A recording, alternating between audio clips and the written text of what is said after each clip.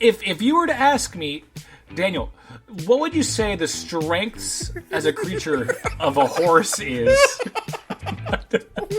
I don't know that footwork would ever come up. Be on the bottom of the list, maybe, actually.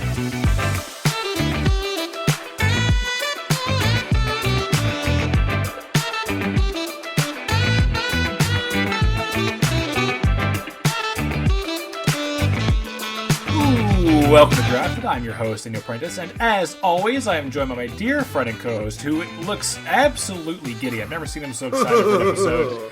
Preston Thompson. Preston, how you doing tonight, and what are you drinking, my friend? I'm good, Dan. I had a lovely friend's wedding last night. Congratulations to the happy couple, Max and Haley. I know Max occasionally listens. But it means I'm drinking water. Because, oh my god, did I overindulge. Feel a little rough today. Oh boy. You know, I'm getting about to be that age where you can't just drink 19 gin and tonics and expect everything to be fine the next day. Yeah. Such a travesty. What a loss. I did have a thought, though, on my way home, a question I wanted to pose to both you, and I think it actually applies to our guest as well. Do you listen to this show? Me? No. You don't listen to this show? No. See, I listen to it when we record it. I think a lot of people listen back. I listen back when I edit it, obviously. I've gone back and listened to some older ones that I thought were particularly funny because of, like, you know, little bits or whatever like that. But do you not listen because you're worried you'll be, like, self-conscious about yourself, or do you just have no interest in hearing something that has already taken place for you? Yeah. I think it would be weird to listen back. It makes me think of there's an Aziz Ansari joke, an old Aziz Ansari joke on one of his, like, it might be his debut album or something, where he is at Kanye West's house and he catches Kanye West listening to his own music as Aziz Ansari bopping his own head, saying, "Damn, these beats are dope." And then, like, Aziz equates it, like, it would be insane if I were at my house listening to my own stand-up, you know. You're like, this guy's so funny. Yeah, so that's kind of how I feel. Like, you know, I think it would be weird to listen to my own podcast. I was there when it was live. If you have, I mean, we can ask our guest, James. Friggin' Nerd James, a.k.a. XpectoGo.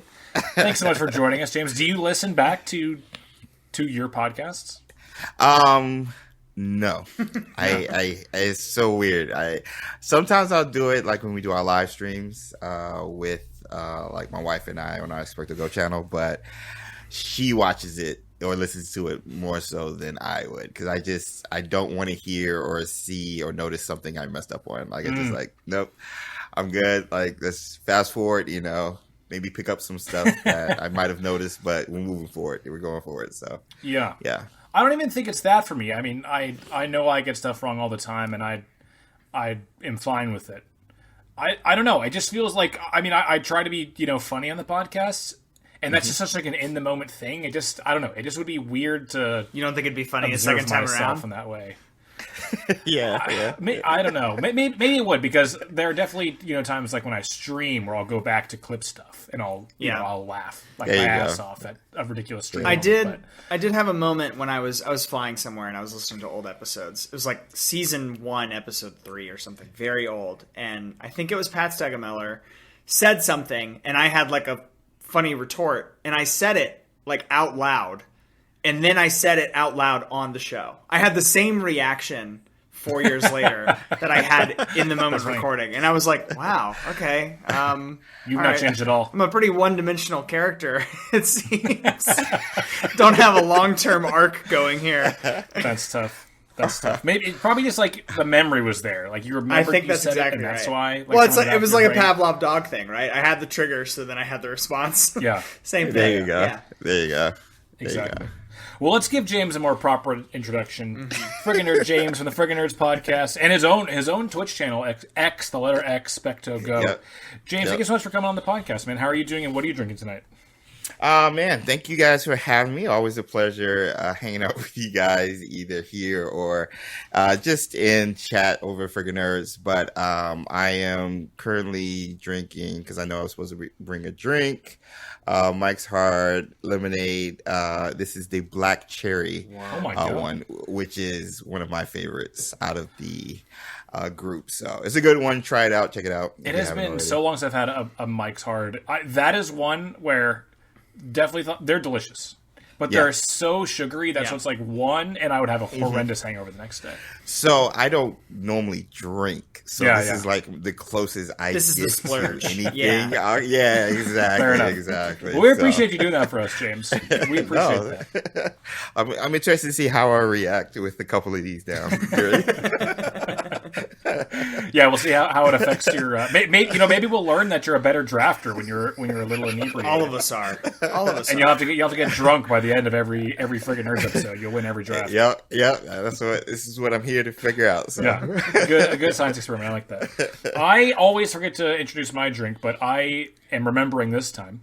I am having a Voodoo Ranger IPA from New Belgium because it was the only beer at the convenience store that I just went to like 25 minutes ago that wasn't like a shitty light beer, like like Keystone Light or something. Yeah. So Nice. that's what I went with. I wasn't going to drink a Keystone Light on the show. I just wasn't going to do it.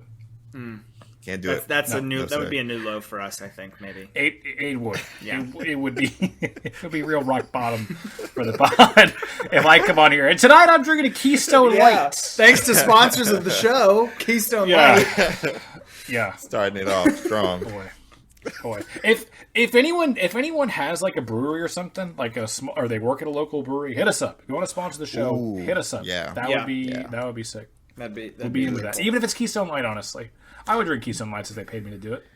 They probably won't pay me to do it now that I've done this. It's bit, nice to but know that you can be bought. It's just good to have Yeah, that oh, in my yeah. back pocket. Listen. There you go. I 100% without a doubt. I don't even pretend not to be viable. Got There it. you go. Extremely viable. All right, sponsor of the show this week, Tesla and Twitter. Somehow, them both. Bruh, listen. Elon. Yeah. It was good. Listen. With the kind of money that Tesla would throw around, or Twitter for that matter, I would 100%. We're doing a special I'm episode taking this it. week I'm sorry. from space. Recording quality might be a little weird in zero G. All right. Well, we won't be able to buy the outcome of this draft, Preston. It's going to come down to whoever has the best team, unless you're about going behind my back and paying people to vote for This you. might be the one episode where I do that. Yeah, I'm Okay. gonna go buy a click farm and just make sure I get this one over the line. Just make sure like the bots listen to the show too. Got it. Like Yeah, pump sure. up our listener numbers. And then they'll as well. become That's all. fans. Definitely got it. Right? Yeah. We got to get Amazon on this. Yes. Especially inspiration for the upcoming season for the Rings of Power. Absolutely. For sure. Well, there you go. James just teased it. Preston, what are we drafting tonight? All right, tonight we are drafting a soccer team with Lord of the Rings characters. Now, here's what I did. Here's what I've done here, dear listener. I've taken a thing that Daniel doesn't really like, which is Lord of the Rings characters, and I've taken I don't. Okay. That's unfair. Okay. I've taken a thing that Daniel claims to not know very well, or only have learned just recently, which is Lord of the Rings IP, Lord of the Rings characters. And I've taken a thing that supposedly, although we'll get into it, James doesn't really know, which is soccer. And I have combined them together in an attempt to maybe for once do okay. That this is all about. We're gonna give This it is the old Preston's college wheelhouse of the try. draft. Yeah, I rather famously on this show had not seen any of the Lord of the Rings movies until last year. And I did enjoy them. I thought they were a fun watch for sure. And I can't remember, did But you I'm watch not- extended or regular? I watched the extended cuts. Okay. I watched the extended cuts on each of them. Okay. But I am certainly not a Lord of the Rings expert, so I've not rewatched the films. I've not read the books. I've not seen any of the extended universe stuff. I do know soccer pretty well, but my real concern here, Preston, is that basically not a single character in any of the Lord of the Rings movies, at least the ones that I saw, display any of the skills that you typically would see of a well-skilled soccer player. There's not a lot of mention of just sport in general. Yeah, not a lot of Right. sport. They're pretty in much the- at in war the whole film time. universe anyway. Yeah. Yeah. I'm pretty sure there's there's like an old Hobbit legend of somebody whose head came off and then it got clubbed by a big stick, and that's how the game of golf was invented. That, I think, is the only mention of sport I can remember in any of the Tolkien universes, besides like typical violent sport like gladiator arenas or thing and that kind of stuff. But no, we're going just off of vibes. It's just We're vibes. really winging it, yeah. Yeah. We're really Yeah. winging it. So how many actuallys do I get this episode? Like, if you're like, oh, I think he'd be really good at this, and I'm like, actually, in the extended appendices of the Silmarillion on page 462, he actually rolled an ankle. And he's out for 6 to 8 weeks. Prove it. Okay. So I would like, can we limit it to just what we see in the movies? Because I think book knowledge would be unfair. I mean, yeah, I'm going to toss me, at out some least. book knowledge, but sure, yeah. We're taking the movie versions of the characters, which Okay. I honestly think ends up working out better for most of these instances. A lot of the characters are more fun in the Probably. movies, yeah. Cool. Are we extending to Hobbit? And I really need it to just be the main Lord of three. the Rings. Are you sure? Okay, I okay. really Are don't you get- positive? Okay, cool. I only have one character on my list from The Hobbit, but we'll talk about him in the second half, and I'll take him off the list if that'd make you happy. Okay. Thank you. James, do you have any like soccer questions? You're wearing an Adidas shirt, but I know you Yes. said that you're not really a soccer guy. So. Yes. No. I am familiar with soccer. I'm not as knowledgeable with all the positions. So when you guys approached me with this format with a couple of attackers, a goalie, coach, and defenders, I was like, okay, that's something I can grasp. Yes. Okay. I do know on one side there's defenders, on one side it's more offensive. Sure. I do know Yeah. that. Yeah. So we're good. Cool. We're good there. Okay. Okay, good. Well, if we're all squared away, then why don't we get underway? James, you will have the first pick. Preston will have second pick. I'll have the third pick. And, of course, as always, snake-style draft, so reverse order on even rounds. And that, also, as always, determined by random.org. So, James, why don't you take us away? Who's the number one pick of the Lord of the Rings characters as a soccer team draft? As a soccer team draft. Okay. I was told by my wife to pick this character first. Okay. Strictly for comedic reasons. Oh my God. Goodness. But From number one? A number Yes, one that's what I'm pick saying, for but- comedy is strong. It's bold. Very It's daring. bold, James. But I think I'm gonna hold off because I Okay. think that's smart. I really don't think nobody's gonna pick him up. Okay, So I think that's I'm a wise going to- adjustment. Yeah. I'm gonna go with Coach Okay. to cover any of the weaknesses I might have in the other positions. All right. So my first pick is going to be a coach, and that's going to be Eomer. He was the writer of Rohan and a great leader of men.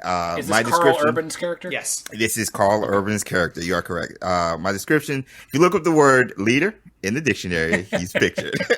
He led a group of Rohan riders against his possessed uncle while still serving and protecting the people of Rohan, meaning dude thrives under bad leadership, whether it's a bad GM, you might give him bad players, Ooh. or even bad president, owner of the organization or team. So, and then plus he's a great strategist. He helped like hold things down at the Helm's Deep, of course, against the Hounds. And of course, he's loyal. He's a player's coach. He teamed up with, Aragorn at the very end, just because Aragorn helped them at Helm's Deep. Like, he's like, yo, if you need help, I got you. Dude's loyal and great strategist, great leader. That's my coach. Take him off the board. Preston, it seems like you had a lot of thoughts. No, I mean, as a first pick, it's a little bit of a reach, but the logic here makes a ton of sense. Because you're not super familiar with soccer, I think Daniel will agree with me that, like, especially in the English league, which Daniel and I watch probably more than anything else, the fans turn on you in a By a lot. second. Like, there are not a lot of popular managers. There's not a manager that everybody's going around and be like, yeah, he's all right, unless you're just fresh off a title. But even then, Right. it's paper thin Still. loyalty. And your logic of, his country effectively turned against him, but he didn't turn against his country. Makes a lot of sense for a manager in a very difficult environment. So I think the logic tracks very well, actually. I like it. Thank you. I will say, though, when I was thinking of the coaches, there are a lot of very old people in this universe. And it seems like for a younger gun, you could have maybe put him on the field. I want to reserve the athleticism for my on-the-field positions because there's not a lot of it going around. No. Oh, I'm not worried about that, particularly with the athleticism, and there's reasons why once we get to my snake pick. Okay. All right. Now, my reservation here would be, isn't Amir a little temperamental? He's not so keen to work with our heroes the first time we see him, if I recall correctly. He's I think naturally skeptical. His country's just been invaded, and here are three people standing in the middle of a field right after he's been booted and exiled from his home. So I think he's naturally who the hell are you? A human, a dwarf, and an elf together as well. What business do they have being in the Rittermark? Very little, I would think. So, I should have asked how many quotes I get to, because I just wasted a good one. Damn. All right, I'm going to try and measure myself a little bit. But no, I think he's appropriately skeptical and comes around quickly. And gives them 3 horses to ride around with at the end of that conversation. So he does have an ability to assess a need and fill it very well. Yep. Okay. Very, very good at discerning. Okay. Yes. I like it then. Preston, who are you going with? I'm not going to overthink this. Got to go with the king of stunts. The king of stunts himself, which is Legolas. I mean, dude is pulling off shit. This is the bicycle kick extraordinaire guy. He's playing right up front. Leg is in his name. Yes. It's his first syllable. Yes. Yeah, exactly. He's playing right up front. I don't know if I'm sort of imagining Daniel like prime, like Christian Benteke almost, where it's like when he gets into the sky, his feet are just flying over the top of his head. You're like, just back away. Your Liverpool fandom is coloring. It's showing a little bit, because he was not. See, I think he's gonna be more like Ronaldinho. Ooh, he's creative. like the king of trickery. He's gonna score some like worldies. Yeah, some no lookers. People. Yeah. He's got that star power in him. And I mean, can shoot the wings off a fly from a mile away. So if that translates even a little bit, then ooh boy, he ain't missing. Well, and his vision is incredibly good. I think he's a clear like first rounder here. Yeah, he was going to be my first pick, but I'm switching things up a little bit. But great, solid pick. And you know the best part about him, honestly, underrated attribute, not a leader. There's too many. There's too many leaders in this universe. At a certain point, we need a doer. We need a doer and a follower. I think he is more than willing to take feedback about where he's supposed to be and how to position himself.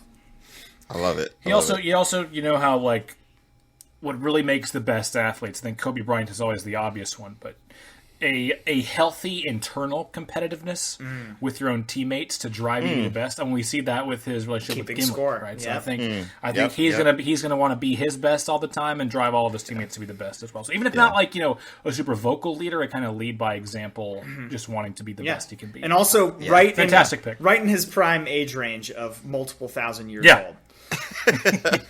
He's got at least a couple more good years in him before he gets shipped off to Saudi Arabia for a big contract. Yeah, that's the sports version of sailing off to the West, is going to Saudi Arabia for a fat contract. Oh God, oh boy. Or really, it's like coming to MLS for your twilight years. Yeah. Oh my that's God, sailing into the West. All right, this is a fantastic pick, Preston. Thank you.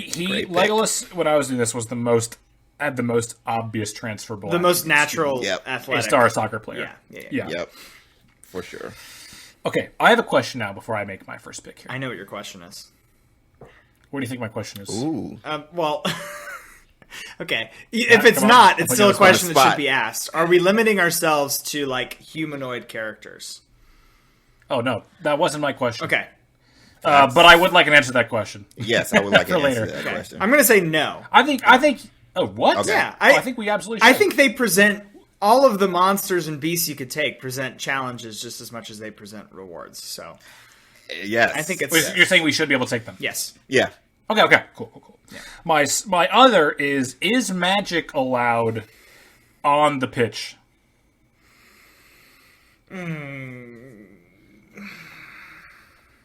I mean, yeah. That's who the character. Like- that's who the characters are. Yeah, I mean, the magic system in Lord of the Rings it's a very soft magic system, right? It's very unclear, Yeah. right? It's not like Yeah. Harry Potter or anything. Avatar. Even Harry Potter leans into soft magic systems sometimes. I mean, at a certain point, they can Yeah. stop saying the words they had to say the Right, whole time, right. and now Right. they can just do it with their mind. Yeah. But it's not like Avatar or Talking to something snakes where and it's like a such. very clearly structured system. So I'm not. I see what you're saying. I'm Okay. going to say, like, yes, you can, but I don't want you to, I can help you appropriately scale how effective that's going to be, because magic is actually not like a automatic one-hit KO in Lord of the Rings like it is in other Sure. universes. Well, I'm going, in that case, to take Gandalf as my goalkeeper, and Yeah. no balls shall pass, and no one is scoring against my team. He's just going to create a cavern in between him and the goal. Yeah. Gandalf the Grey or Gandalf the White, Daniel? That was going to be my question. Does it? I mean, It does make if a I take difference. one, or is someone going to It take does. the other? Like, is that allowed? No. I think they No, both come off no. the board, but there's a clear difference between the two characters. Yes. Clear. I'm going to go Gandalf the Grey because I want my keeper to be a little on edge. I want that kind of like wildness Wily. to my keeper a little Yeah. bit. Yeah. Oh, yeah. Gandalf the White, Oh, yeah. a little too calm for what I want. When I actually want him think- coming out. I want him coming out Oh, to yeah. clean balls around. I actually think the Grey is the right Yeah. pick here, because the Grey Wizard in Lord of the Same. Rings is supposed to be the ambassador to all the other races in Middle Earth. So you're going to have people from all different backgrounds on your team, and as the goalkeeper, he's going to be shouting instructions. You sort of want the team Yep. player here, and Gandalf the Grey is much more Yeah. team player than Gandalf the White. He's great with every race. Yep. So, yeah, you're good there. He was actually going to be my attacker. Oh, really? and- yes, which I'll talk more about that later on. But, Okay. yeah, that's a great pick. The spells take a bit to cast, just FYI. So, like, as a he's reflex, going to do it from the start of the match. Okay. And then you just no balls are being scored. I'm curious what you foresee the spell being. Just like a force field in front of Just- the goal? None shall pass. However Okay. that works. Well, the ball typically, when it's scored, I don't know if you've watched games before, but it goes in the air. So I think him making a crack on the ground actually isn't going to do a whole lot. So I don't know. Wait, is that how it works? So okay, so you're saying the Balrog, is that what it's called, right? Balrog, Yeah. yeah. So you're saying if the Balrog just hopped up just a fraction of an inch off the ground, the none shall pass wouldn't have worked on him? Yeah, that's correct. Yeah. I mean, what do you want from me? That's absolutely right. That's ridiculous. He cast- Why would it would just step over it then. He's got two spells that he casts in that fight, and one is like the shield thing, Yeah. which I think is going to be more useful Yeah. for you as a goalkeeper, the Flame of Urud or Yeah. whatever, and then the other is basically just Nidoking's Earthquake, and he just breaks the bridge. NATO King. Yeah, I don't Fisher. I don't want the earthquake as much. I want the force field. I want the Okay. force field that's going to block. I think the entire- Okay. it'll work occasionally. Yeah. Okay. Yeah. It is a sphere, so it's not super a rectangle rectangle Yeah, like the net. yeah. Well, Yeah. if it's a Yeah. sphere that's blocks the mouth of the goal, then I'm fine. It just needs to be big enough. He's just got to be channeling it, and there's a lot of words he's Yeah. got to say. Servant of the Secret Fire. He's got to It's get all that out. It's going to work. Okay. It's going to work. dude. Okay.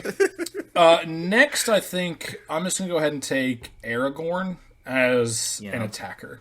Yeah. Now, he is a natural leader, even when he doesn't think himself so. He good athlete. I mean, extremely gifted fighter we see in the films. So I'm not worried about his athleticism, but he just has like that talisman quality that everyone's just going to kind of follow him into battle, and that's who you want leading your lines on the soccer pitch. You know what you call him in soccer? An opportunistic attacker. He's a right place, right time kind of guy. Where he's box like in the box. The ball just seems to find him. Find its way. Yeah. I like it. I like it. Yeah, that's good. That's a good one. That's good. Yeah. No complaints there. No weaknesses there on that pick. Preston. All right, this is tough. Because now we're getting into, how do you balance a team of people that aren't constantly trying to kill each other, or at least keep them on separate parts of the field. Okay, I think we should be able to. I think we should all be able to assume that everyone is going to be able to work together. Okay. What about I big monsters and beasts that are just going off of natural instinct to kill things, like a Balrog? Well, you got a good Balrog's leader. like intelligent in the universe, but you know what I mean. Like a lot of the beasts are intelligent though. It's right. And you can't talk to. So if you got someone who's able to communicate well, maybe, I guess, adhere to what those beasts might want to do at the end of the day, then,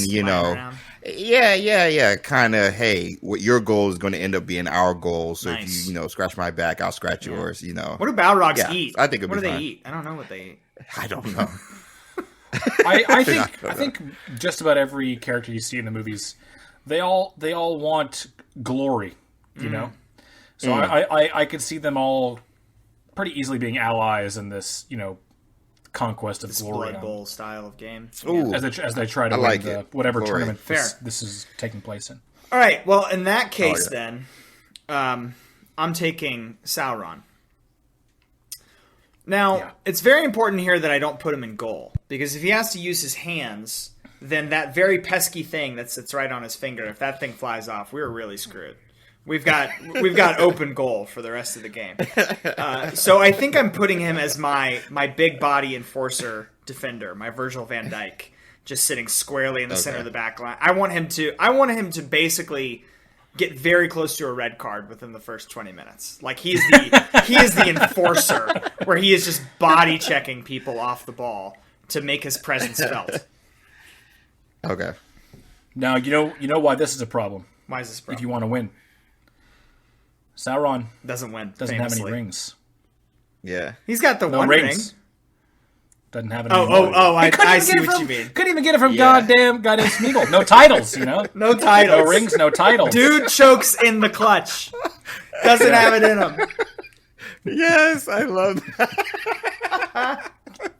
That's such a good call. Yo, yeah. I did have Sauron on my list, but I was thinking more of a coach, though. He strikes me as more like a Jose Mourinho type.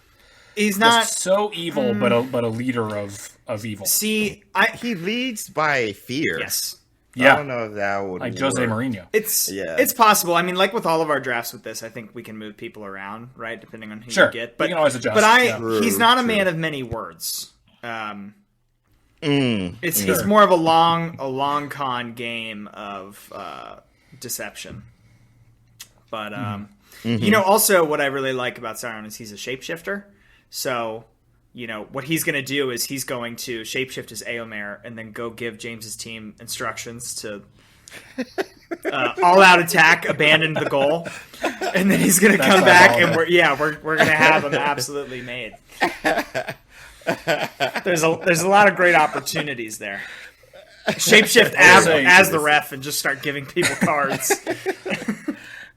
Sauron does also seem to be built, as they would say in the UK, like a brick shithouse. Yeah. And I think that's kind of exactly what you want out of like your main defender. It's true. Yeah. Oh, yeah. I can see it. Oh, yeah. I can see it. Yeah. That's a good call. Oh, man. I guess I'm up. Yes, you have back-to-back picks, James. I have back-to-back picks. All right. So I'm hearing Legolas as, an attacker. I was like, all right, this dude can't miss. And you got Aragorn also. So I'm like, all right, we're going to be competing against some great attackers. So I got to get my goalie now. We got a great coach. We can strategize around that, kind of, find our weaknesses and make them turn them into strengths. But goalie, we need to nail down. So I'm going to go with Shelob, this giant God spider. dang it. I was so excited to get her on the next round. Oh my God. I was like, oh my God, this back line's going to be absolutely unstoppable. That's a really good pick. So she's stunning. I mean, cunning. I'm sorry, not stun. Well, She does stun too, though. In a way. Yeah, she does quite stun, literally yeah. stunning. Yeah. But very smart, cunning. Obviously, the 8 legs, the giant spider. Like, he ain't got to worry about that. But webs, like, yo, how do you defend against a sharpshooter? Just get a web. Like, it's still a ball. So, yo, we got webs right there. Nothing's getting past it, and we got good coaching. So, and great communicator. So, yeah, Shelob, that's my goalie right there. So now, I think I'm building up a good defense. I don't know if I want to keep going with the defense. Well, wait, let me go with the attack. Let me untangle your web here, so to speak. Nice. Ooh, well okay, done. Wow. Daniel, I'm going to test your knowledge after one viewing of the movies. Oh boy. What is Shelob famously very much not like? Being able to actually maintain possession of 2 little hobbits. No. What do they use? Oh. What do they use to get her on her back heels? Oh, fire? Close. I don't remember. It's light. Close. It's light. Yeah, they it's basically light. have a Okay. magical. Light. Everybody gets a cool dagger, and Frodo gets a magical little. Oh, flashlight. that's right. Yeah. Yeah, Light, but it's light, and Yeah. I'm not very aware of soccer games that are played in pitch black darkness. Even the night games have giant spotlights coming down on the field. I'm not saying it's going to render her useless, but I don't think it's going to be a pleasurable experience. Well, that's what's so good about practice. Practice makes perfect. And again, as a coach, one of the best coaches in the league, we'll work on those weaknesses and turn them into strength. Got it. I mean, we just need to be natural. Just build a web, close your eyes if you need to, and you're good to go. You ain't got to do nothing else. Just have a web in front of you. That's so much better than my none shall pass blockade. Just have a big friggin' spider web. Just a fucking Spider web. Yeah, nothing. boy. Yeah, It is pretty good. We're going to penalty kicks at the end of the game. I'm so pissed. 'cause I was nobody's scoring. absolutely about to take Shelob a goal. I can't even debate it. Can we talk about the name Shelob though? Yeah. What about it? What's the deal with that? I mean, Tolkien. Lord of the Rings names are very weird. You know? Exactly. I'm gonna Exactly. make 2 brothers who fight for the race of men, Boromir and Faramir of the And Gondorian Faramir, realm. yeah. Okay, Tolkien, what would you like to call the big, terrible mountain? Mount Doom? Are you sure that's what you want to go with? You have places like Rohirrim and Gondor and Lothlorien, and you just want it to be Mount Scaryface? And he's like, yeah, I mean, listen. It does what it says on the Written all the tin. names Cuts on to the the page. point. Yeah. Does yeah. what it says on the You tin. just ran out of names. But Shelob just doesn't. It doesn't evoke spider in any way to me. You know what I mean? No, it doesn't. It doesn't. means I don't it know. means something. I would have can't sent it quite back. remember. That's all I'm saying. On the editor's table, I would have sent it Would have back. sent it back? Yeah. I don't think he had. Oh a lot yeah, of I'd be like, come up with editors. something else. Listen, I like a lot of what I'm seeing here, JRR, but Shelob needs some workshopping. Talk to your editor, Jr. It means something, but I take your point. Her mother or grandmother has a much cooler name, which is Ungoliant. What is it? Ungoliant. She's a giant spider, like the size of a tall building, and she ate all of the light of the world. Very scary, super spooky, that one. And Shelob is a descendant of hers. Awesome. Jeez. I didn't know that. Yeah, so we can't take Ungoliant, but that's what I would take. Just be like, I ate all the light of the world, so game canceled. Can't see. Can't see. Oh my gosh. Can't see what you can't hit. All right, James. So what's your third pick now? I want to go. Let's go with a defender. I need some offense. You know what? Because I think my goalie situation is good. Let's go with Shadowfax as my attacker. Interesting. That would be the horse. Yes, the king of the horses. Footwork, out the wazoo. Is it though? And Is it though? If we're being honest. Yes. Yo, one of the fastest. One of the fastest. Listen, you've got speed for in Middle days. Earth. Speed for days. Yes. Yeah, the technical ability I think is going to be lacking. I don't know. You've got a really interesting pairing here with Eomer and King of the Horses. Yep. Shadowfax. Yep. So wait, so Shadowfax is a horse, is what you're saying? Yes, that is correct. Yep. A good one. Footwork. James, I gotta be honest here. When Listen, you're not going to have to worry about handballs. Let's just get that out of the way. That's exactly. true. That's true. Exactly. Now, I want to push back on this footwork thing though, because now if you were to ask me, Daniel, what would you say the strengths as a creature of a horse is? I don't know that footwork would ever come be on the bottom of the list, maybe, actually. In fact, they have entire competitions called dressage just because they convinced a horse to walk in place. They're like, wow, gold medal! Oh my!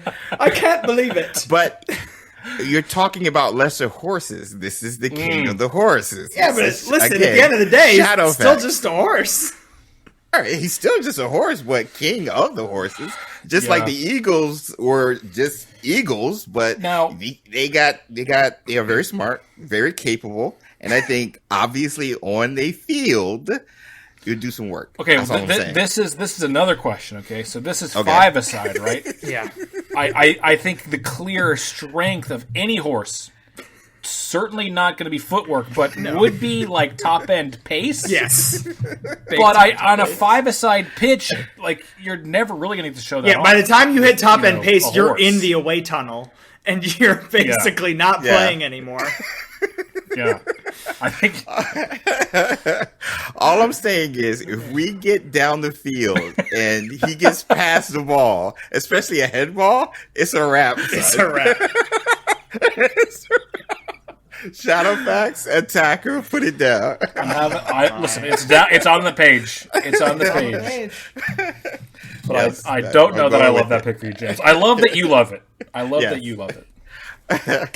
Can somebody on your team ride Shadowfax? Maybe that's a lethal combo. Although I'm not sure that makes it a lot better.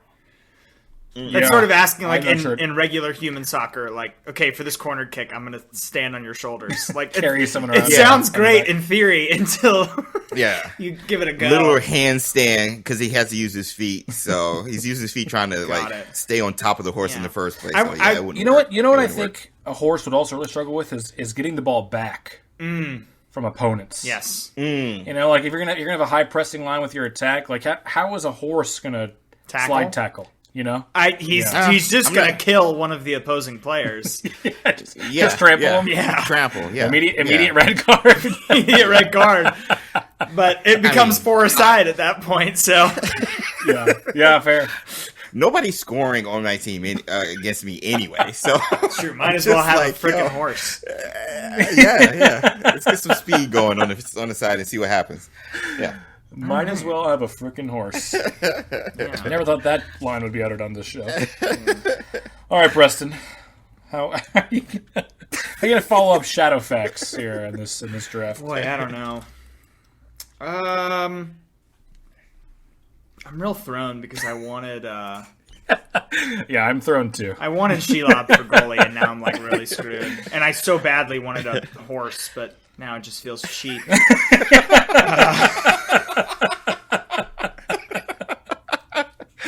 Yeah, I thought for sure I'd get my horse pick with the last round for sure.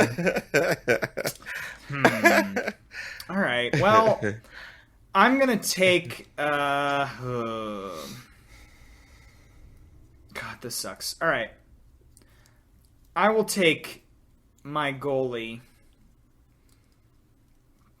No, it feels bad. It feels bad. This goalie, but there's magic. So. We like the magic. This is going to be an all-time assist for you, Preston. Well, maybe not. Maybe you're worried that this person will be picked for another position by someone else. But both James and I have our goalies.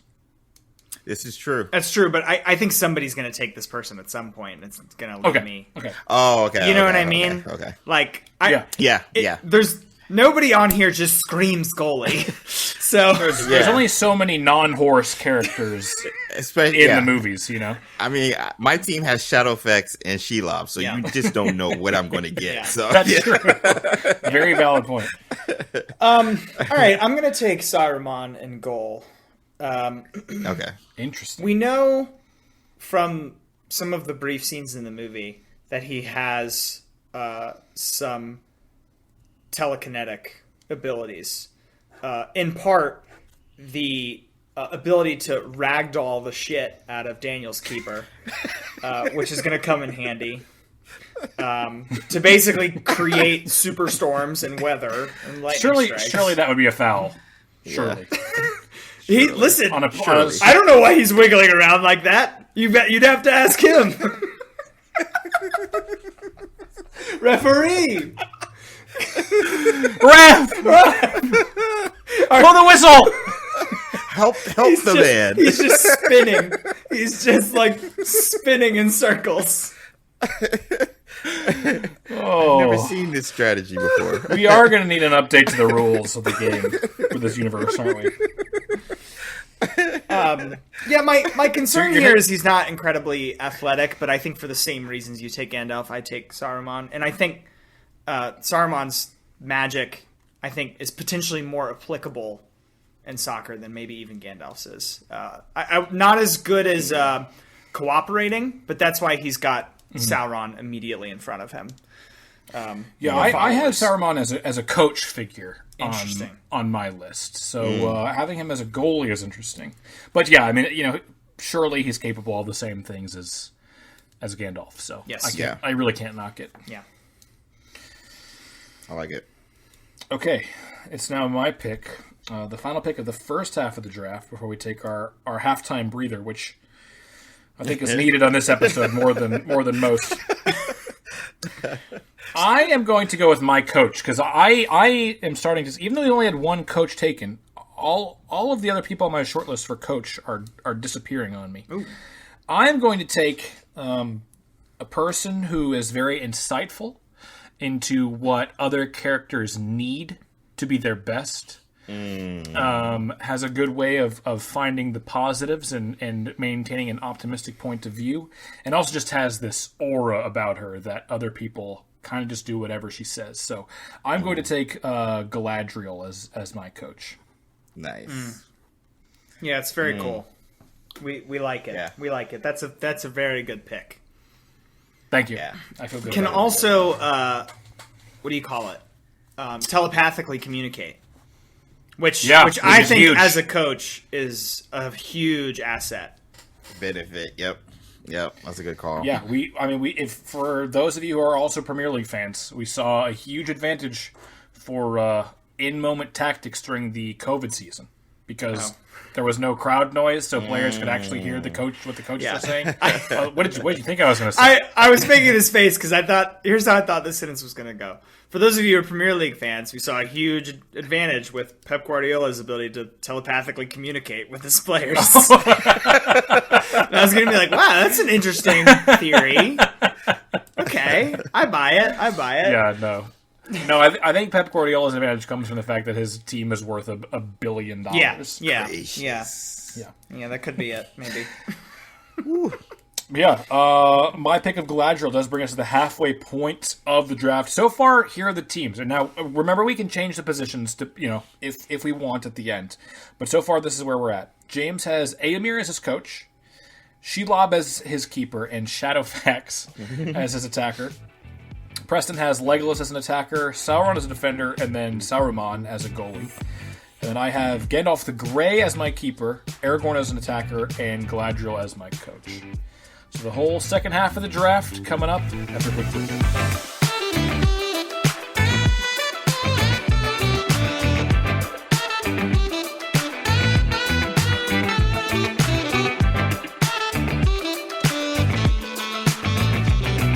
Just a quick announcement in case you haven't already heard. We moved our merch store to a newer website called Fourth Wall.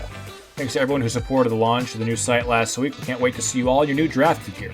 We've got some great new designs as well as some old favorites from the old shop for you guys who didn't quite get a chance to get this stuff there. If you're a Patreon supporter, you receive a discount code for the new merch as well as a chance to win some free stuff. It's a great time to become a supporter for the month if you aren't already. The link for the new store as well as the link to become a Patreon supporter will be in the show notes.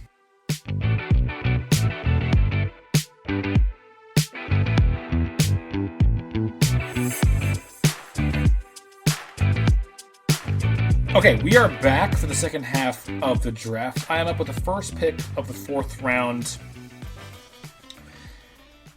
And I am not really sure where to go with this. I need a second attacker or a midfielder or some such, and then 2 defenders is what I need left on my team. I think I'm going to go with a complementary piece to Aragorn. This is someone, and I chemistry in 5-a-side is so crucial. Mm-hmm. This person shows tremendous chemistry with Aragorn. Also, just an undying scrappiness, always punching above her weight, and just is going to refuse to lose or be trodden on by any other character. So I'm taking Eowyn as my second attacking player. Yeah, that's nice. That's the spirit. Yeah, I'll tell you what, your team's got a lot of spunk. Yes, a lot of spunk, a lot of scrap. A lot of scrap. And Eowyn will get off on technicalities since she is no man. So, there will be a lot of stuff she can get away with. She's going to find the loopholes in the rule book. The red cards are just for men. I know I stabbed him. I stabbed him in the calf, but I am no man. So yeah, you're good there. I like it. I think Eowyn might be my favorite character in. She was great in the movies. She was great. Yeah, she was great. She should have ended up with Aragorn. Yeah. As with pretty much everything from the books to the movies, the translation of her character gets an upgrade going to the movie. Yeah. In the book, I think she's a little more. First of all, in the book, she's written as and is just significantly younger. So her infatuation, her infatuation with Aragorn is much more like fangirly than it is like I love you. It's more like a, like a teenager would love like One Direction or something. It comes off much more as that. Yeah. But in the movie, I think she's much more fleshed out, and I've not read the books, but I think the one thing that I've heard just repeatedly is that all of the female characters are given much more. Oh yeah. Just much more everything, basically. Yes. Yeah. They're actual, like, 3-dimensional, people. Yeah. People. Yeah. Yeah. Women? People? What?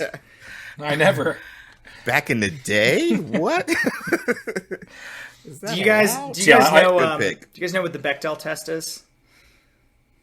Yes, it's like the determining if it's like a fair movie to women, if they have speaking lines. Two named women have to have a conversation with each other about something other than a man for it to pass the Bechdel test. Mm-hmm.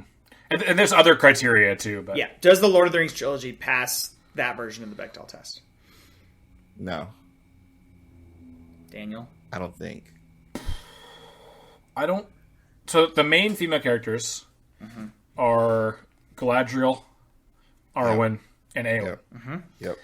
And Arwen and Eowyn definitely never talk. I don't think you see Galadriel and Arwen ever talk. But those would be. So I'm gonna say no. Yeah. Okay. It's not pass. So here's the thing. It does in the smallest possible way. It does in fact pass the Bechdel test. Minor technicality. Just like the character. If you think back to Two Towers, when Rohan is invaded, a mother sends her daughter off on a horse, and she names her daughter. I literally, as the giant fan, I can't remember her name off the top of my head. The mother is not named, but then Eowyn rescues her in the Great Hall, and Rohan, and the two of them exchange one line. That is the only time two named female characters have a conversation with each other. Oh my it's God. Eowyn and Can a 6-year-old. Can we say one line? Can we say one line is a conversation? It's a call and response. It's 2 lines, maybe. Okay. Which I'll grant you probably does not count as a conversation. But that is to my knowledge the of the test. No, I agree. To my knowledge, that is the only time. So yeah. Unfortunate. Getting off on the technicality. Yeah. Gotcha. in classic AON fashion. Yep. Oh man. All right, is it good question, though, Preston? Are we back to me? That's a good trivia question. We are back to you. Yeah. Yes. Okay. Oh yeah. Well, I'm gonna similarly think about chemistry here, and because we're doing the movie versions, this will work. Okay. And I'm gonna take Arwen to play up front next to Legolas. Arwen is sneaky athletic, very resourceful, has some weird deep-seated magic stuff.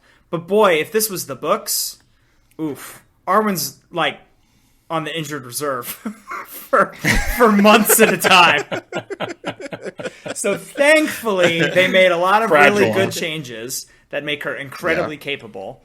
And she has a pre-existing relationship with Legolas a little bit. Very small. They're both royalty. They're both a prince and a princess. So nice. I think it will work well with the two of them. And how I'm sort of breaking this down in my head is I'm going to do good guys attacking and bad guys defending, and hope they just interact with each other as little as possible. Yeah. Gotcha. Ooh. This feels tough because I feel like Arwen is barely in the movies, so I don't feel like I know her that well as a character. You're not going to find a lot else in the books, so no. That's like something I wish that there was more of in the. Well, and like James kind of touched on this, like you said, like Éowyn should have ended up with Aragorn. I feel like the only reason we would feel that way is because we don't really get to know Arwen at all. But like clearly their love for each other is like unbelievably. And it's a lot of history, a lot of history. Yeah. I mean, they grew up together. So it's certainly different. What's a real shame is they originally shot, in Helm's Deep when God, I don't remember his name, which is not a great testament to my fandom. But elf general guy shows up and is like, "Hey, we're gonna honor the old allegiance." Oh, Elrond. Right? No, Elrond. No. The military. Haldir. Thank you, James. Haldir shows up and is like, "We're here to honor the old alliance." They originally shot that to be Arwen. Arwen is in deleted scenes at Helm's Deep. There are old stills from the production of her kicking absolute ass at Helm's Deep. And I actually think that would have been better. Very good. Yeah. Also in the books, I think, which was one of the only changes in the movies that I think was bad, is Éowyn doesn't realize that Aragorn is still alive until after the Battle of Helm's Deep, and instead she realizes it before in the movies, which takes a lot of emotional weight out of that moment too. So anyways, I think if Arwen in the movies was at Helm's Deep, I think that would have helped a lot, and I think, cowards. But she is shown to have a lot of skill in the first movie, for sure. Where, again, she is filling in for a lesser-known character in the books to try and give her some more stuff to do. That's a good call. Yeah. Yeah, I mean, they're going to have that elf connection. Mm-hmm. Yeah. Mm-hmm. For sure. Mm-hmm. All right, James, once again, back-to-back picks for you, my friend. All right. So, which animal are you going to go with this time, James? So, that's the question, because I have two I want to go with. But the Magic Zoologist to me, Harry Potter reference, is just animals all day. But let me see if I can get a good attacker. Your thoughts? We're going to go with Boromir. Boromir is just that dude. Yes, he was corrupted by the ring, and who among us, who would? Yeah. Very few would not be tempted by the ring. But at the end of the day, the dude is loyal. The dude is knowledgeable and a leader as well. And under the right leadership, which I do have, I think could shine. Before his death, he held off a ton a ton of orcs, and so I think, and a ton of arrows, RIP. But I think he could slash and get through a lot of defenses just through his spirit alone and physicality. So see, everything you're saying, James, is why I felt Boromir would have been a great defender. I actually had him at midfield, so we were all over the place. Yeah. Oh, okay. I had him as like defensive mid, like a commanding passer almost. Yeah. I can see that. The only reason I have him as attacker because I think the two defenders I have do the job, and we'll get to that. So I totally agree, though. I can see him as a defender because he's just all around, well-rounded type character for sure. Well, just so I and Preston kind of alluded to this, like, with all the bad guys feel like they'll be good defenders, and all the good guys feel like they'll be good attackers. Yep. Like Boromir just kind of has that like obviously he's a good guy, but has that kind of bad guy quality. He's like, man, this guy is fucking impossible to kill. He's so tough. He's like a piece of Swiss cheese by the end. Yeah. He is his father's son, so it makes sense. And that to me, it just feels like like a Premier League defender at Stoke City or something. I know, right? That's like the dude who's used to playing in the mud, physical, gritty, dirty. Gonna be the sweatiest guy at the end. That he played 16 years for Sunderland, and he got offers to move up to a bigger club, but no, he was relegated 3 different times, and he never left the club. He was born inside that stadium. But I can see him being like, kind of like the workman's attacker type as well. I like the references. You might sway me at the end. We'll see. Okay, James, I know you know this IP very well, but I'm not trying to offer suggestions here, but it speaks to me, so I need to. I think you should swap Boromir and Éomer. I personally think Boromir is going to have a hard time taking instruction, and is already known to be like one of the best tacticians in the Lord of the Rings canon. So like it seems like putting him in the coach spot actually does a lot. And as far as physical capabilities, what are you really losing by swapping the two of them? Nothing really.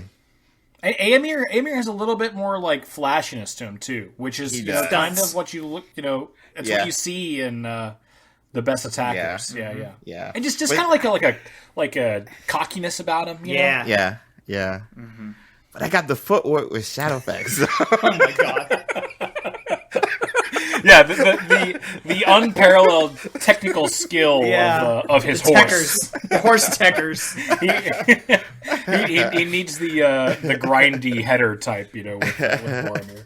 No, like I think even like from our last time I was here, like way back, I noticed I'll do a good job of like getting players, and then it's just like putting them in the right spot. What was your other draft with us, James? When I did actors who should be in the Avengers. Recasting the Avengers. Recasting the Avengers. Yep. That was one of my favorite drafts we've ever done. That was a fun one. Yeah, because Daniel decided to not basically participate in the same way that we were. He decided to play his own little game. Yeah.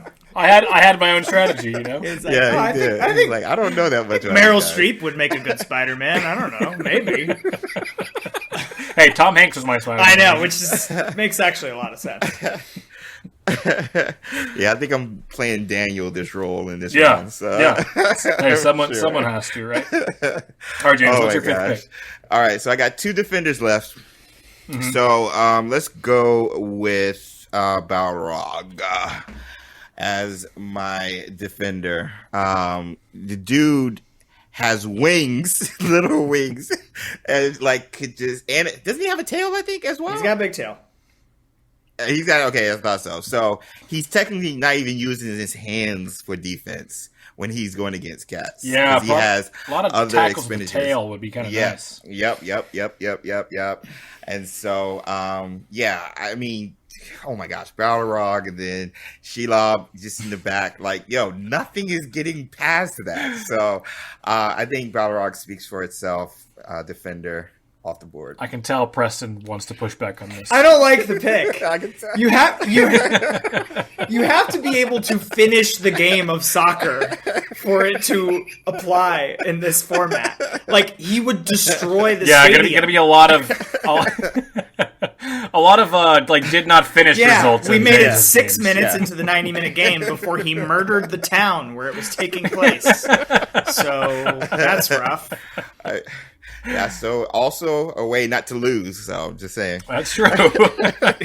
Yeah, he's your failsafe. Yeah, I'd be like, oh god, we're down 4. Just blow the whole shit up. He's very big, but I would say pretty sluggish. If we're going movie versions. Silmarillion is different. I'm not even going to get into it. But movie version, he's a little big. He's a little sluggish. Clearly, reflexes are not strong. He doesn't seem very intelligent. Either. He does 3 hits on Gandalf, and only one of them registers, and he still loses despite falling thousands of feet with his opponent. So like I don't know. No, I don't buy it. Not as like a sports thing, If it was if the goal of the sport was to kill him, then it would be very different. That would be an uphill battle. No.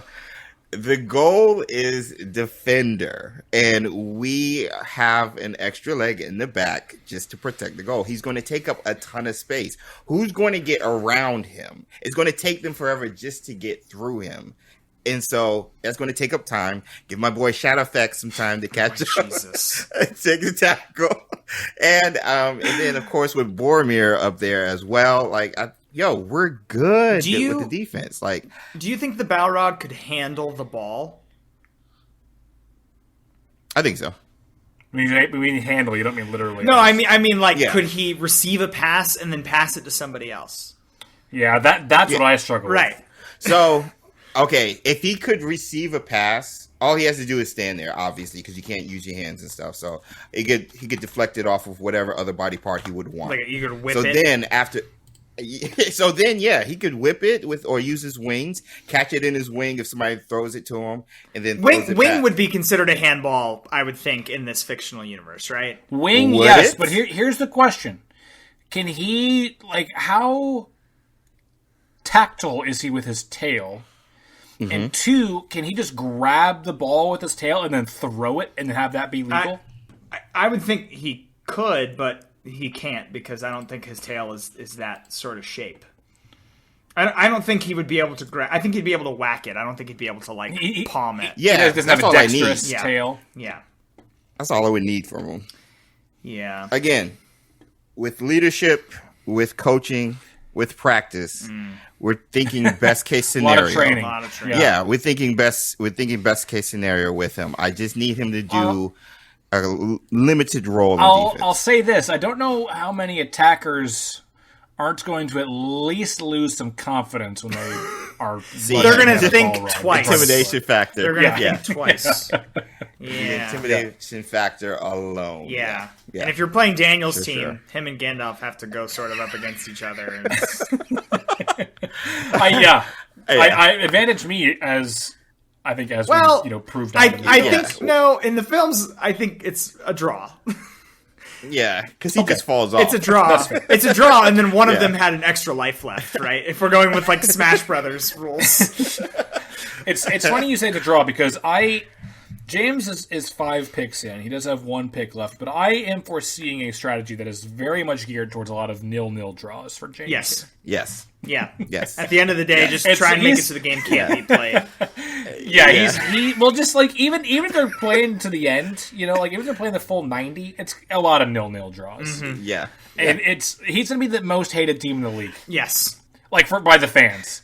There's a snooze fest every game. Their attacker's a horse! Their main attacker's a horse! What are we doing here? They got a ball wrong in defense, and they're booting it up to a horse. I tried to slide tackle him when he was on the break, and I got internal bleeding. And I combusted because I turned it to fire. So, It was 3-0, and we were in stoppage time, and then the Balrog ate the referee.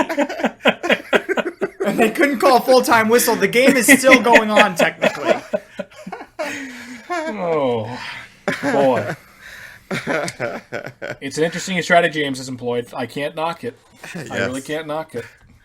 Again, Harry Potter reference, Magic Zoologist, I'm ultimate defense. Like whenever I play any RPG or kind of just sit there like, yo, bring it. I can take anything you can dish out. Yeah, park the bus and then fast break with the horse.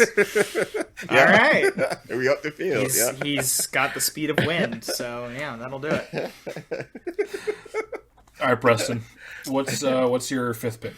All right, I'm gonna go with you need a coach and a defender. A coach and a defender. Yep.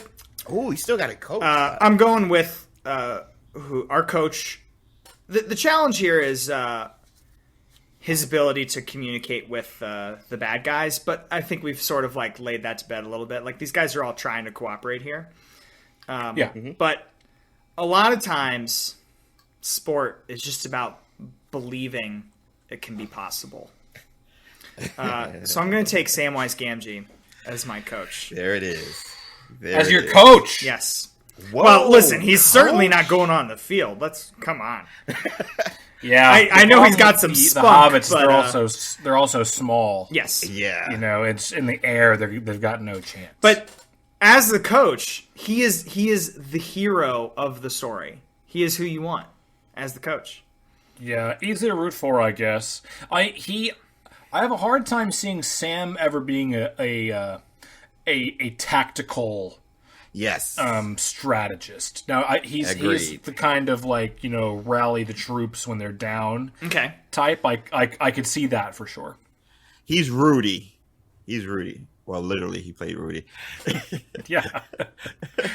Counter argument: he did kill James's goalie. That did happen. So this is true. I mean, you can talk tactics all day. That little spider ran away with its ethereal tail. So why its legs. isn't he on the field? Why isn't he on the field then? He's a little small. If that happens, small. He's a smaller guy. You can't put him on the field. He's too small, too undersized. Yeah. No, I think it kind of works on Preston's team though, because like he has Sauron and Saruman who can kind of be the more strategic voices of the team, the on-field commanders.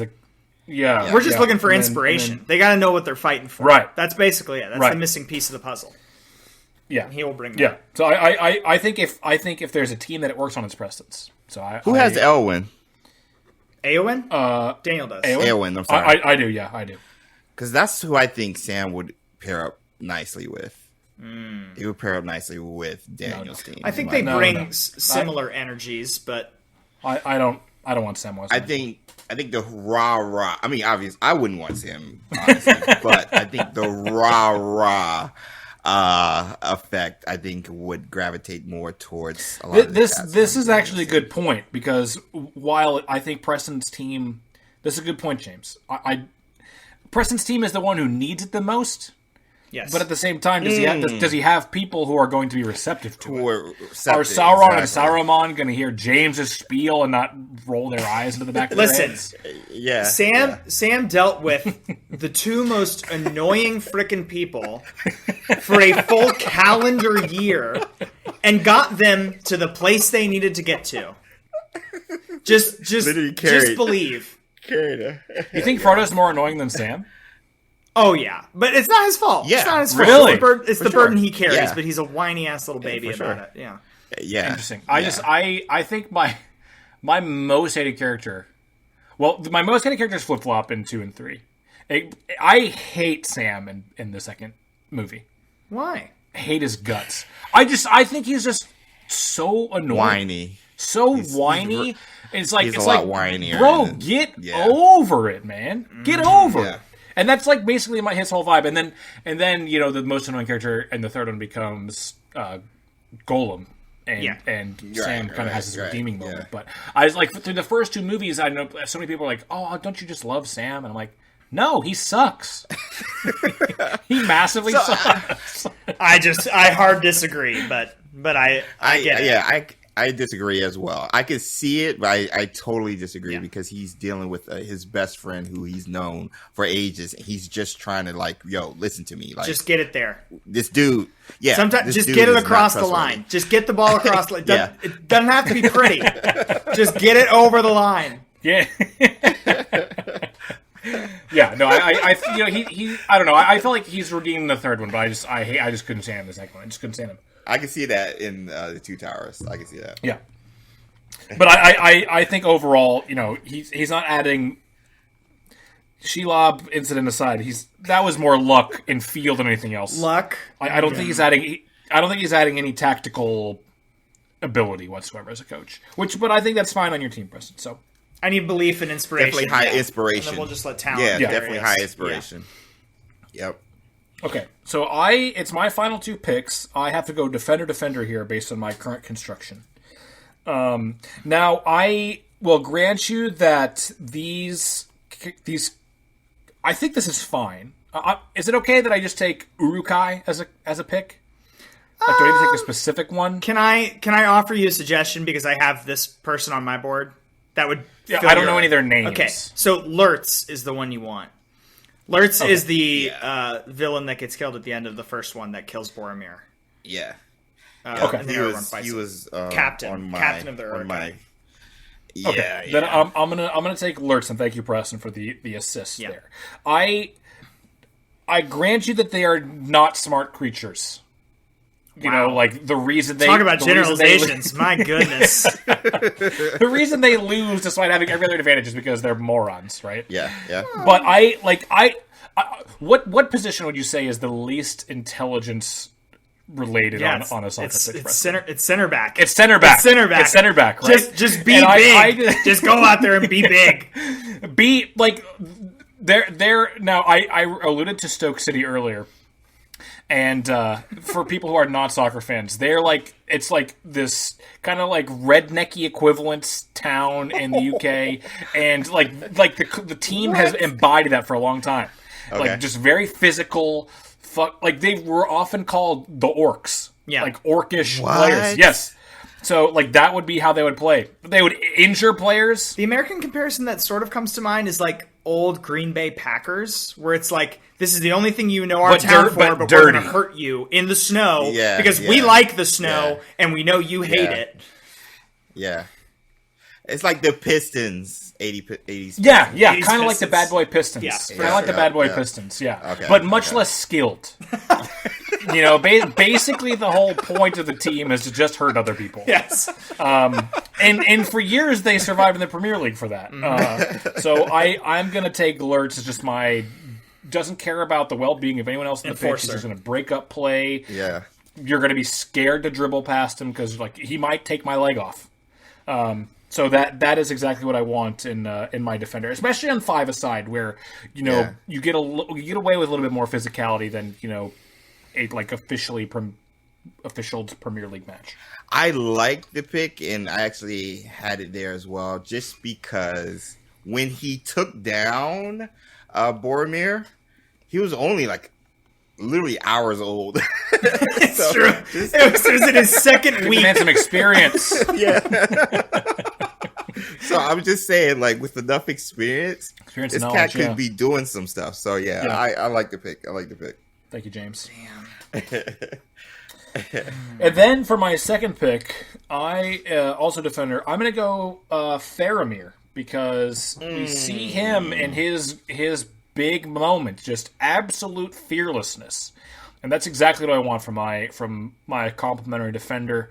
Going to put his body on the line, going to listen to instructions, doesn't care what it costs him physically. He's going to block every shot. He's going to sacrifice and sell out to prevent the other team from scoring. I like it. So, going Faramir as my second defender. I like it. I actually, in a soccer context, on the field, prefer Faramir to Boromir. I don't know that I have a ton of reasons why, but like Faramir is much more of the. He lives for longer anyway. That is true, and isn't that the real scoreboard? Yeah. Rip. Sean Bean, man, just can't short straw every time. No, I mean, like the ranger elements of Faramir, I feel like give him better vision, patience, decision making, that kind of thing. Especially if you're going to put him in like a passing role. Defender, sure, I'd rather have Boromir. He's just got better size. But yeah. Yeah, in my original draft board, I would have liked to have been able to pair the two of them together as my defenders. Yeah, but obviously James taking him. I didn't want to take Boromir in the 4th round, so lost my ability to do that. But I was hoping. All right, so that rounds out my team. Preston, what is your final selection? So this is one where the movie actually hurts me a little bit because the book version of the character is slightly stronger. But I still think it carries the name, and I'm going for my triangle of defense here. I need it to be rock solid. And I've got Saruman, I've got Sauron. I'm naturally just going to fill it out with the Witch King. The Witch King of Angmar. No! Who is the Witch King? Who is the Witch King? Well, I'm not telling you because you have Eowyn, and that's really going to screw me if we ever play against each other. Is he the head? The head Nazgul, yes. The head Nazgul. The Nazgul, yeah. I want him to have that big mace that he seems to just carry around with him. You know, friggin' Shadowfax is walking by, and Shadowfax just gets punted into the next county with this giant mace. Not a lot of rules in these games. We're talking about here. Not at all. As I said this earlier, but they would 100% have to adjust the rules of current top-level soccer for this competition. So Witch King in the movie is clearly just modeled after how they did Sauron in the movie. So I feel like I have two of the same. I'm not sure I love that because pace and speed is going to be a problem on my back line. They're very big, but they're a little sluggish. So, Daniel, you sort of alluded to like how big the field ends up being, but I feel like that's going to really be able to tell the difference on my team. I think the good news for you, Preston, is that you basically have the only player in the entire game who I think would, have any like serious dribbling ability. Yes. I agree. I have the best attacker. I think you kind of mitigate that. Yeah. I think you kind of mitigate that by having the most dangerous threat to them on your own team. Yeah. I agree. That's a good point. I agree. Yep. So they're going to have time to get back in position. Yeah. Well, they won't have time because Shadowfax is going to be hauling ass. Exactly. What's the Premier League equivalent of Shadowfax? Yeah. What's the sports equivalent of Shadowfax? Just raw pace. A good question. I mean, raw pace. Usain Bolt. That's it's like no. Okay, this is very in the weeds, but Soccer Aid was today, and Usain Bolt scored a goal. I know. Incredible. I can't remember. He had a short stint with a team for a bit. He did, in MLS or something, like training or something. Yeah, he played soccer growing up, so he's not awful at soccer. Yeah. But no, I'm thinking who's the bit Adama Traore, which is like you really are going to have to like be a Premier League fan. I get that reference, but and the two other people listening to the show got that reference. Patrick Segamiller will understand. You're welcome, Pat. Yeah. Wow. Just built like a horse. He really is. He really is. Well, James, it's the final pick of the draft. Final pick. I think, especially if I do some switching, this cat could fit nicely. Short-lived in the Two Towers, but nonetheless capable. I'm going to go with Haldir, the elf we talked about earlier, who joined forces with the... So, are you taking him as a defender? Because that's the spot you have left to fill. Yep, I'm taking him as defender. Interesting. Might do some rotations after. I will. Yeah, if you want to do rotations, now is the time to do it. So, I'm going to move Shadowfax to defender. Whoa, what? Okay. He's like a wingback or something.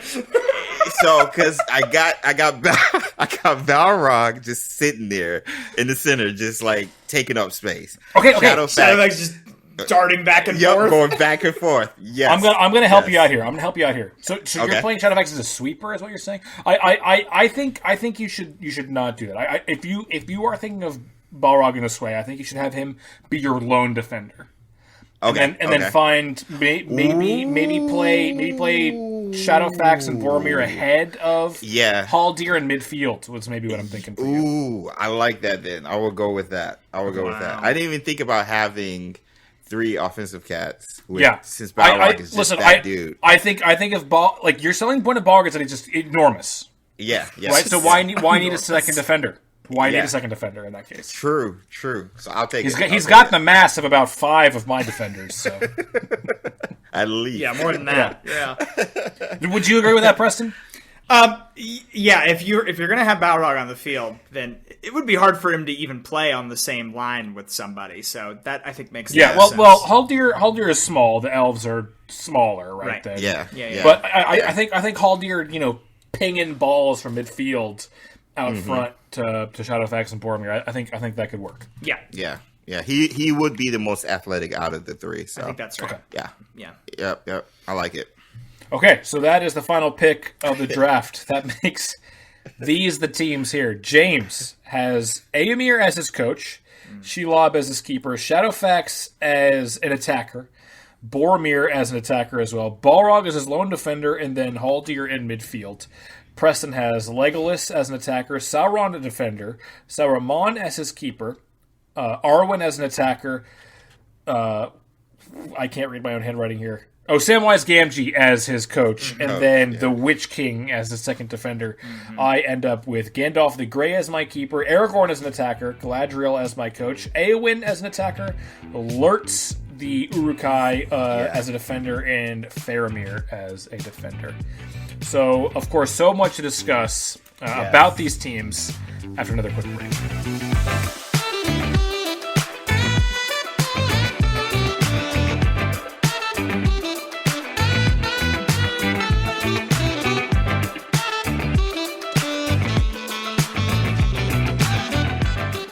This episode of Drafted is sponsored by FlatlineParty.com. My good friend Aaron over at Flatline Party is an amazingly talented artist. He's done some awesome commissions for me in the past for my Twitch channel.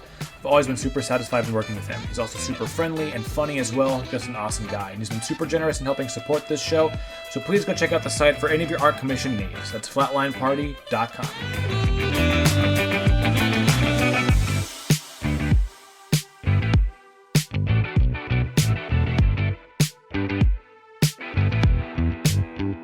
Okay, we are back, and I have been informed that we may have a lengthier answer to this question than usual from Preston. So we're going to give him this is his moment. I've never thought about anything more in my entire life.